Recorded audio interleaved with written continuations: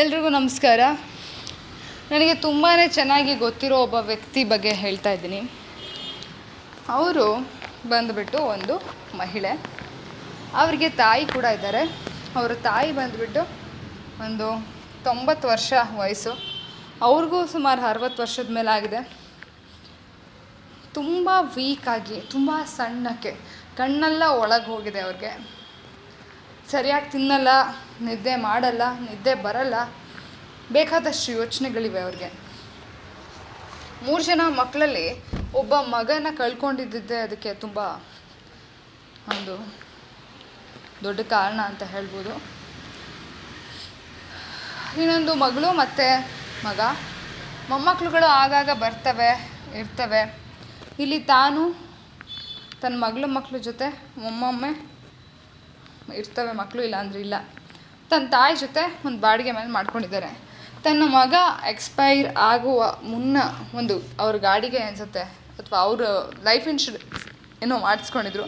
ಆ ಇನ್ಶೂರೆನ್ಸ್ ದುಡ್ಡಿಂದ ಅದನ್ನು ಬ್ಯಾಂಕ್ ಹಾಕ್ಕೊಂಡು ಅದ್ರಲ್ಲಿ ಬರ್ತಾರೋ ಬಡ್ಡಿಯಿಂದನೇ ತನ್ನ ಮನೆಯ ಬಾಡಿಗೆನ ಕಟ್ಕೋತಾ ಇದ್ದಾರೆ. ಸೊ ಇಷ್ಟೆಲ್ಲ ಅವರ ಒಂದು ಇದರಲ್ಲಿ, ಅವರ ಒಂದು ತೆಕ್ಕೇಲಿ ಇಷ್ಟೆಲ್ಲ ವಿಚಾರ, ಅಂದರೆ ಅವರ ಒಂದು ಬದುಕಿನಲ್ಲಿ ಇಷ್ಟೆಲ್ಲ ವಿಚಾರ ಇದ್ರೂ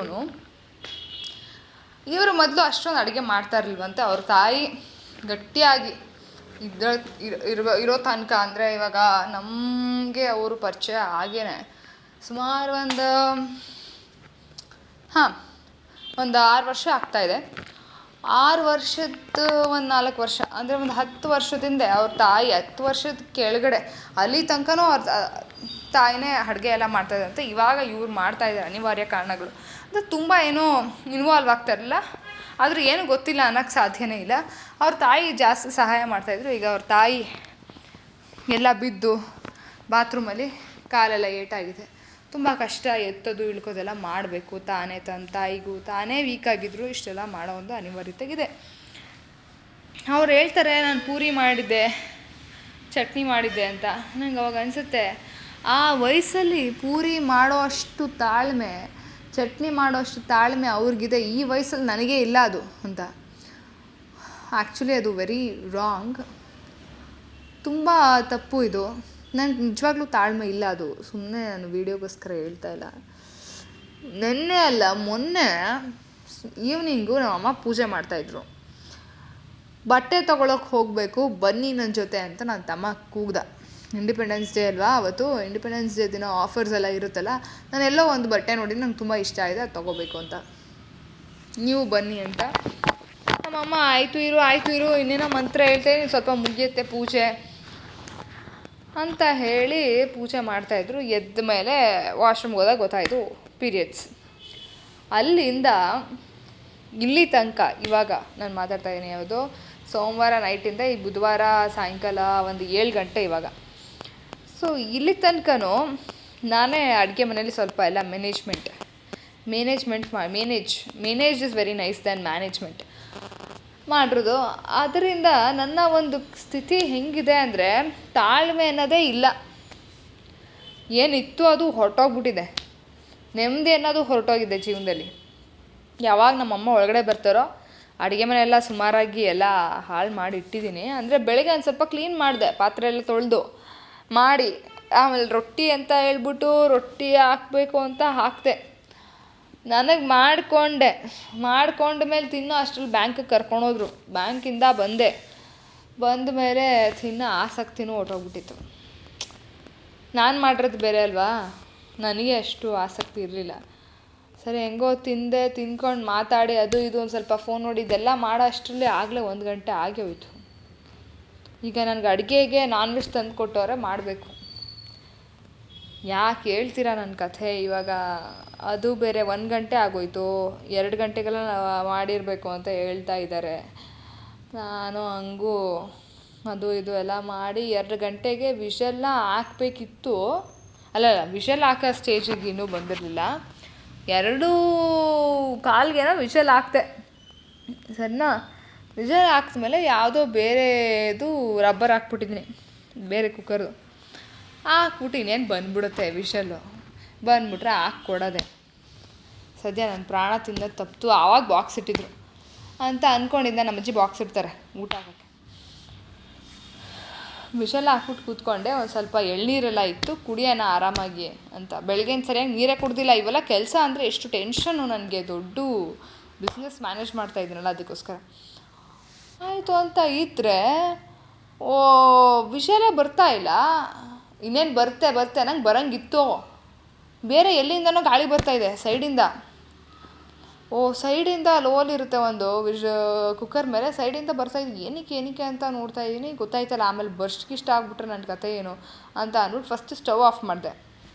ಸ್ಟವ್ ಆಫ್ ಮಾಡಿದ್ಮೇಲೆ ನೋಡ್ತಾ ಇದ್ದೀನಿ, ಆವಾಗ ಗೊತ್ತಾಯಿತು ರಬ್ಬರ್ ಸ್ವಲ್ಪ ಸರಿಯಾಗಿ ಕೂರಿಸಿಲ್ಲ. ಅದು ಹೊರಗಡೆ ಬಂದು ಅದು ಸೈಡಿಂದ ರಬ್ಬರ್ ಬಂದು ಸೈಡಿಗೆ ಬಂದಿರೋದ್ರಿಂದ ಗಾಳಿ ಬರ್ತಾಯಿತ್ತು ಅಂದ್ಬಿಟ್ಟು ರಬ್ಬರ್ನ ಸರಿಯಾಗಿ ಫಿಟ್ ಮಾಡಿದೆ. ಒಂದು ಚಾಕುನೋ ಏನೋ ಒಂದು ತಗೊಂಡು ಒಂದು ಹ್ಯಾಂಡಲಿಂದ.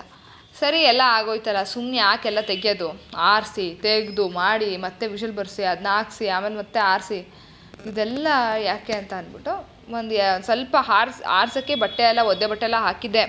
ಒಂಚೂರು ಆರಿತ್ತು, ತೆಗಿಬೇಕಿತ್ತು. ಇನ್ನೊಂದು 4 ನಿಮಿಷ ಹೋಗಿದ್ದು ತೆಗಿಬೋದಿತ್ತು. ಬಟ್ ತೆಗಿದ್ದೆ, ಇಷ್ಟೇ ತಾನೇ ಅಂತ ಅಂದ್ಬಿಟ್ಟು ಮತ್ತೆ ಆನ್ ಮಾಡ್ದೆ. ಮತ್ತೆ ಅದೇ ಥರ ಆಗ್ತೈತೆ, ಜೋರಾಗಿ ಗಾಳಿ ಬರ್ತಾಯಿತ್ತು.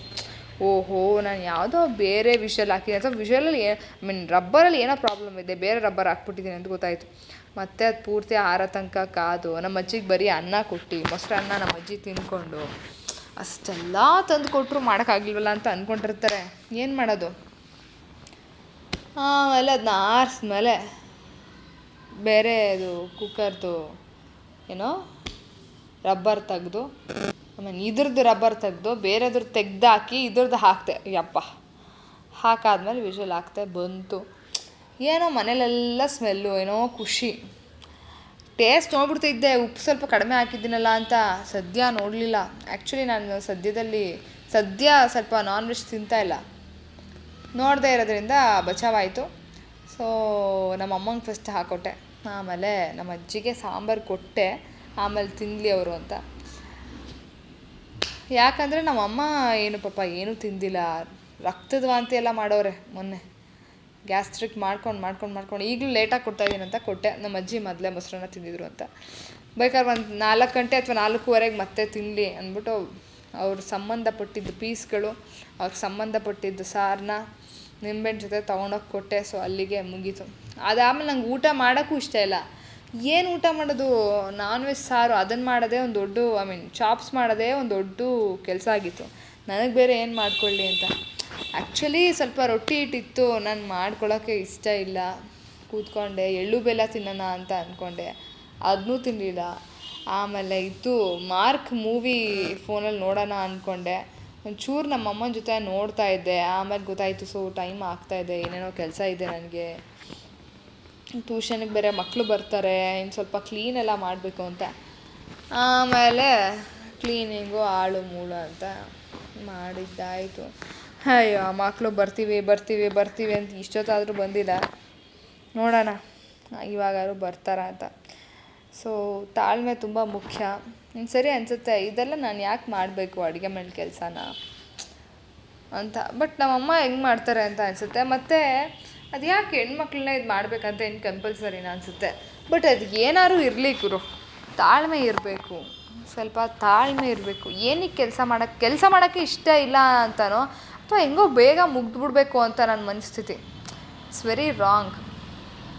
ಏನೇ ಒಂದು ರೀಲ್ ಹಾಕಿ ಏನೇ ಒಂದು ಹಾಕಿದ್ರೂ ಜಾಸ್ತಿ ಓಡಬೇಕು ಅಂತ, ತುಂಬ ಫಾಸ್ಟಾಗಿ ಆಗಬೇಕು ಕೆಲಸಗಳು ಅಂತ ಎಕ್ಸ್ಪೆಕ್ಟೇಷನ್ಸ್ ಇರುತ್ತೆ. ಬಟ್ ಮೈ ಬಗ್ಸಿ ಫಾಸ್ಟಾಗಿ ಕೆಲಸ ಮಾಡೋಕ್ಕಿಷ್ಟ ಇಲ್ಲ. ಇದು ಒಂದು ಕೆಟ್ಟ ಮನಸ್ಥಿತಿ.